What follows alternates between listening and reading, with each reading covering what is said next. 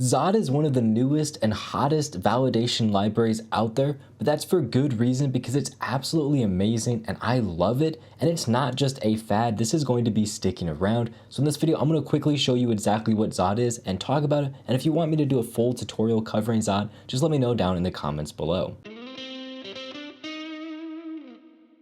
Welcome back to Web Dev Simplified. My name's Kyle and my job is to simplify the web for you so you can start building your dream project sooner. And here I'm just at the ZOD documentation to kind of show you exactly what ZOD is, talk about what it does and why it's so important. So like I mentioned, ZOD is a validation library, and specifically it's a schema validation library. So you kind of define how you want your code to be, like, okay, first name is going to be a string, it has a minimum of 3 characters, it's required, and so on.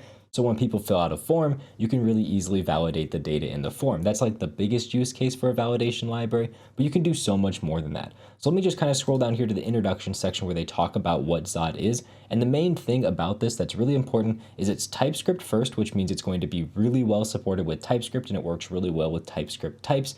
And on top of that, one thing that I don't think they mention anywhere here is that it actually uses required by default. So a lot of times if you want to create a schema using a validation library like this, everything is optional unless you specify that it's required. In this case, everything is required unless you specifically mark it as optional, which in my opinion is the much preferred way to do things. And I like that you have to be explicitly saying that things are going to be optional. Also, it's immutable, which is really nice. It uses a functional programming approach, which again is something that I really like. It's super small, no dependencies, and it works all over the place. That's super useful. So now if we just scroll past the sponsors here, we can talk about the actual integration or installation process. To do it, you probably should be using TypeScript. You can use it with just JavaScript, but honestly, most of the benefits come from using this with TypeScript, and you need to be in strict mode, which whatever, that's fine. To install it, you just npm install ZOD, super straightforward, and then to use it is really easy. You just import this Z variable from the ZOD library, and that's how you get started with everything. So inside of ZOD, you essentially just have a bunch of methods on this Z object for defining things like a string, a number. If we look over on this sidebar here, you can see we have things like strings, numbers, NaN, booleans, objects, and so on. The big thing you're going to be dealing with is like objects, and then you're going to have things like strings and numbers and so on. In this case, they're just saying that this schema is just a string. So when they pass it a string and they say parse on it, you can see it returns just the exact same thing. And when you call parse, all you're doing is saying, is this valid? If so, just let things go through. Otherwise, throw an error. As you can see here, when we pass a number, it throws an error. Now there's also a safe parse method, which is really useful because it returns to you an object that just says true or false, as well as the data. And it also gives you an error if there's an error. So that's really useful if you want to just check validation to make sure it's right without actually throwing an error. This is probably what you're going to use the most when like validating a form. Now, if you want to deal with objects, that's where things get really useful. You just say z.object, and then you pass it an object with all your properties. For example, your username is going to be a string. And here, when we pass this, we can say, you know what, is this user right here object? Does it have a username that's a string? It does. Okay, we're good to go. But now, that's pretty normal. That's pretty much what any, validation library is going to do. The big thing that ZOD does is right here. I'm just going to zoom in because of how important this is. Type user equals z.infer type of user. This is super useful because now it lets you take this z.object code, all of this ZOD code, this is going to be a giant validation thing, and it lets you convert that to a normal TypeScript type. By just calling this infer method and passing it the type of your schema, it now creates to you a brand new type. As you can see, this type has a username, which is a string, which is exactly what you've defined up here. So that is really the coolest, most important thing about ZOD is how well it integrates with TypeScript and the fact that you don't have to define your types twice, once in the schema and once as your actual type. You just do it once in your schema, and then you can infer the types from that, which is really useful. Now, as I mentioned, when you're doing your validations, you have all your different primitives, like strings, numbers, and so on, your different empty types and things like that. And then on top of that, you have literal. So if you want to specifically say something is equal to a specific value, you can. And then you also have all the different validations you can think of, like a maximum value, a minimum value, a length, and so on. And every different primitive you can think of has these. So, string has a bunch of different stuff with custom messages you can write. Same thing here with date times. You can do a bunch of stuff with that. Same thing with numbers, which is really nice because you can do all of these different configurations and all of this different customization for all your different primitive types that we have over here. And then for object is where you kind of have, everything. You combine together all the different things that you want. You can do things like defining a shape, you have like key of, all these different things.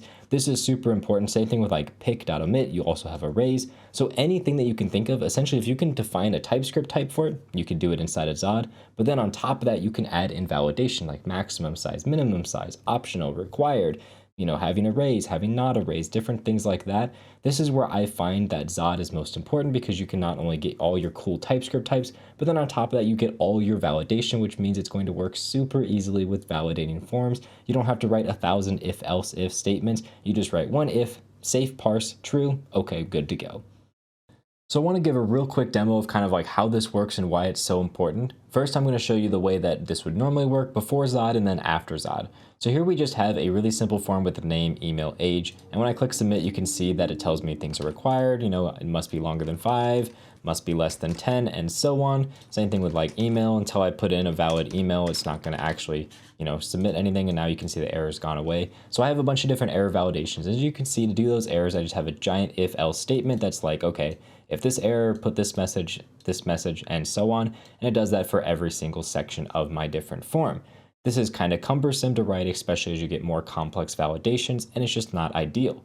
With ZOD, this is a thing of the past. So let me just add in ZOD here. I have the exact same form. If I come over to my ZOD file, you'll see that the actual validation section is way simpler, and it could even be simpler than this. I just wrote this super quickly. You'll notice that all the logic here is inside this form schema, and you can see all my validation code takes up 5 lines of code. I mean, really 3 lines of code, but 5 lines of code in total to validate every single thing about this form, and it works exactly the same. If I click submit, you can see all my error messages show up. If I make things correct, you can see that the error messages will slowly go away, just like that. And then finally, if I put in a valid age, you can see all the error messages disappear. So this is why I really like ZOD, because you can essentially say, this is what I want my form to look like based on this information. And then I just want to validate that that's okay. And it's going to give you pre-formatted error messages for everything, or you can give it your own error message. While in this example, you had to write out all your own logic in this if else nested statements like this, which is complex and easy to make errors in. While this way it's super declarative. If you want to change this to 12, you change it to 12 and it's super easy.